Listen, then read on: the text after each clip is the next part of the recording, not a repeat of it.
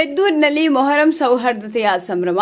ಹಜರತ್ ಇಮಾಮ್ ಹಸನ್ ಹಾಗೂ ಹಜರತ್ ಇಮಾಮ್ ಹುಸೈನ್ ಸ್ಮರಿಸುತ್ತಾ ಹಿಂದೂ ಮುಸ್ಲಿಂ ಏಕತೆಯ ಸಂದೇಶ ಸಾರಿದ ಜಿಎನ್ ವೇಣುಗೋಪಾಲ್.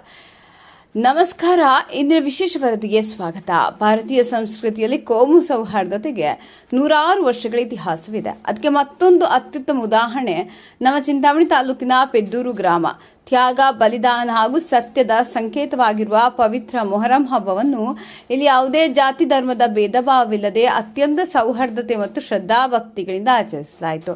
ಗ್ರಾಮದಲ್ಲಿರುವುದು ಕೇವಲ ಒಂದೇ ಒಂದು ಮುಸ್ಲಿಂ ಕುಟುಂಬ. ಆದರೆ 100 ಹಿಂದೂ ಕುಟುಂಬಗಳ ಜೊತೆಗೂಡಿ ಹಜರತ್ ಇಮಾಮ್ ಹಸನ್ ಮತ್ತು ಹಜರತ್ ಇಮಾಮ್ ಹುಸೈನ್ ಅವರ ಪವಿತ್ರ ಸ್ಮರಣೆಯ ಈ ಮೊಹರಂ ಅನ್ನು ಹೇಗೆ ವಿಜೃಂಭಣೆಯಿಂದ ನಡೆಸಿಕೊಟ್ಟಿದ್ದಾರೆ ಅನ್ನೋದನ್ನ ನೋಡೋಣ ನಮ್ಮ ಇವತ್ತಿನ 3 ನಿಮಿಷಗಳ ಈ ವಿಶೇಷ ವರದಿಯಲ್ಲಿ. ಹೌದು, ಇದು ಚಿಂತಾಮಣಿ ತಾಲೂಕಿನ ಪೆದ್ದೂರು ಗ್ರಾಮದಲ್ಲಿ 100 ವರ್ಷಗಳಿಂದ ನಡೆದುಕೊಂಡು ಬರ್ತಿರುವ ಸಾಂಪ್ರದಾಯಿಕ ಮೊಹರಂ ಹಬ್ಬ. ಇಂದಿನ ಆಧುನಿಕ ಜಗತ್ತಿನಲ್ಲಿ ಧರ್ಮದ ಹೆಸರಿನಲ್ಲಿ ಗೋಡೆಗಳು ನಿರ್ಮಾಣವಾಗ್ತಿದ್ರೆ ಪೆದ್ದೂರು ಗ್ರಾಮ ಮಾತ್ರ ಭಾವೈಕ್ಯತೆಯ ಮಹಾನ್ ಸಂದೇಶವನ್ನು ಸಾರ್ತಿದೆ. ಈ ಗ್ರಾಮದಲ್ಲಿ ಮುಸ್ಲಿಂ ಸಮುದಾಯದ ಒಂದೇ ಒಂದು ಮನೆ ಇದ್ರೂ 100 ಸಂಖ್ಯೆಯಲ್ಲಿರುವ ಹಿಂದೂ ಕುಟುಂಬಗಳು ಒಟ್ಟಾಗಿ ಹಜರತ್ ಇಮಾಮ್ ಹಸನ್ ಮತ್ತು ಹಜರತ್ ಇಮಾಮ್ ಹುಸೈನ್ ಅವರ ತ್ಯಾಗದ ದಿನಗಳನ್ನು ಭಕ್ತಿಭಾವದಿಂದ ಸ್ಮರಿಸಿದ್ರು. ಸ್ವಾತಂತ್ರ್ಯ ಪೂರ್ವದಿಂದಲೂ ಅಂದ್ರೆ ತಲೆಮಾರುಗಳಿಂದ ನಡೆದುಕೊಂಡು ಬಂದಿರುವ ಈ ಮೊಹರಂ ಆಚರಣೆಗೆ ಇಡೀ ಗ್ರಾಮವೇ ಒಂದಾಗಿ ನಿಲ್ತದೆ.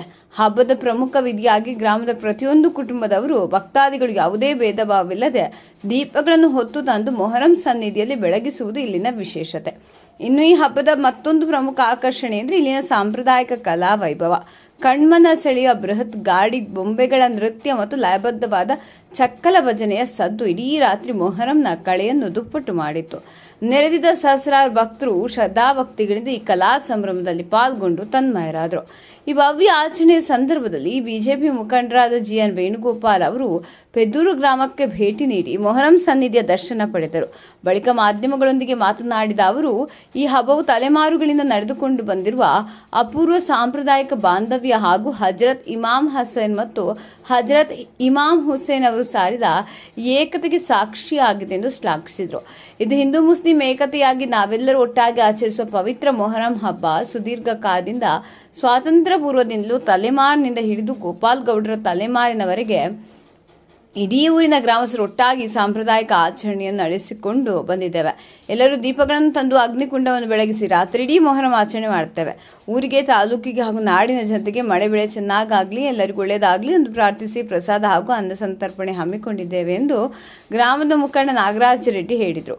ಮೊಹರಂ ಅಂಗವಾಗಿ ರಾತ್ರಿಡೀ ಉರಿಯುವ ಪವಿತ್ರ ಅಗ್ನಿಕುಂಡದ ಸುತ್ತಲೂ ಮುಂಜಾನೆ 6 ಗಂಟೆಯವರೆಗೆ ಸಾಂಪ್ರದಾಯಿಕ ವಿಧಿವಿಧಾನಗಳು ಹಾಗೂ ಪ್ರಾರ್ಥನೆಗಳು ಜರುಗಿದವು. ಹಬ್ಬದ ಯಶಸ್ವಿ ಆಚರಣೆ ನಂತರ ಆಗಮಿಸಿದ ಸಹಸ್ರಾರು ಭಕ್ತಾದಿಗಳಿಗೆ ಭರ್ಜರಿ ಪ್ರಸಾದ ವಿನಿಯೋಗ ಹಾಗೂ ಅನ್ನ ಸಂತರ್ಪಣೆಯ ವ್ಯವಸ್ಥೆಯನ್ನು ಕೂಡ ಅಚ್ಚುಕಟ್ಟಾಗಿ ಮಾಡಲಾಗಿತ್ತು. ಒಂದೇ ಮುಸ್ಲಿಂ ಮನೆ ಇದ್ರೂ ಊರಿನ 100 ಹಿಂದೂ ಕುಟುಂಬಗಳ ಜೊತೆಗೂಡಿ ಹಸನ್ ಹುಸೇನ್ ಅವರ ತ್ಯಾಗದ ನೆನಪಿನಲ್ಲಿ 100 ವರ್ಷಗಳ ಇತಿಹಾಸವಿರುವ ಮೊಹರಂ ಹಬ್ಬವನ್ನು ಆಚರಿಸಿರುವುದು ಇಂದಿನ ಸಮಾಜಕ್ಕೆ ನಿಜಕ್ಕೂ ಒಂದು ಆದರ್ಶಪ್ರಾಯವಾದ ಸೌಹಾರ್ದತೆಯ ಸಂದೇಶ. ಪೆದ್ದೂರು ಗ್ರಾಮದ ಈ ಬಾಂಧವ್ಯ ಇಡೀ ನಾಡಿಗೆ ಮಾದರಿಯಾಗಲಿ ಎಂಬುದೇ ನಮ್ಮ ಆಶಯ. ನಿರಂತರ ಮುಂದಿನ ಸುದ್ದಿಗಳಿಗಾಗಿ ನೋಡ್ತಾ ಇರಿ ಫೈರ್ ನ್ಯೂಸ್. ಬೆಳಗ್ಗೆ ತನಕ ವೇದಿಕೆಗಳಿರ್ತವೆ. ಈ ಒಂದು ಕಾರ್ಯಕ್ರಮಕ್ಕೆ ನಮ್ಮ ಗೋಪಿವನ ಪಂದ್ಯದ ಅವರಿಗೆ ಅನಂತ ಧನ್ಯವಾದಗಳು.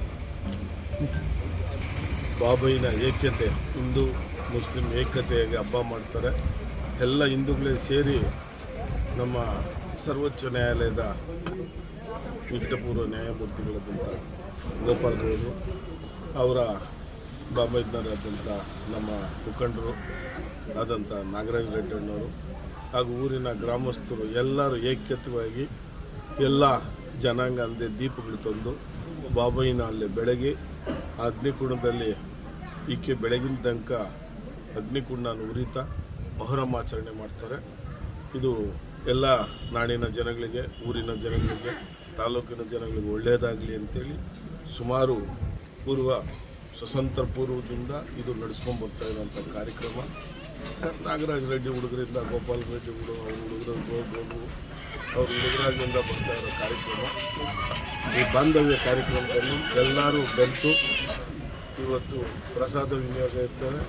ಇವತ್ತು ಎಲ್ಲರಿಗೂ ಊಟ ಇರ್ತದೆ. ಎಲ್ಲರೂ ಊಟ ಮಾಡ್ತಾನೆ ಇದು ಬೆಳಗ್ಗೆ 6 ಗಂಟೆ ತನಕ ಆಚರಣೆ ಮಾಡಿ ದೇವರಲ್ಲಿ ಪ್ರಾರ್ಥನೆ ಮಾಡಿ ಎಲ್ಲ ಮಳೆ ಬೆಳೆಗಳು ಎಲ್ಲ ಅನ್ಯಾನ್ಯವಾಗಿ ಜಗಳ ಇರಲಿ ಅಂತ ಈ ಮೊಹರಂ ಹಬ್ಬನ ಆಚರಣೆ ಮಾಡಿ ಅಂತ ಈ ಮೂಲಕ ತಿಳಿಬಯಸಿ.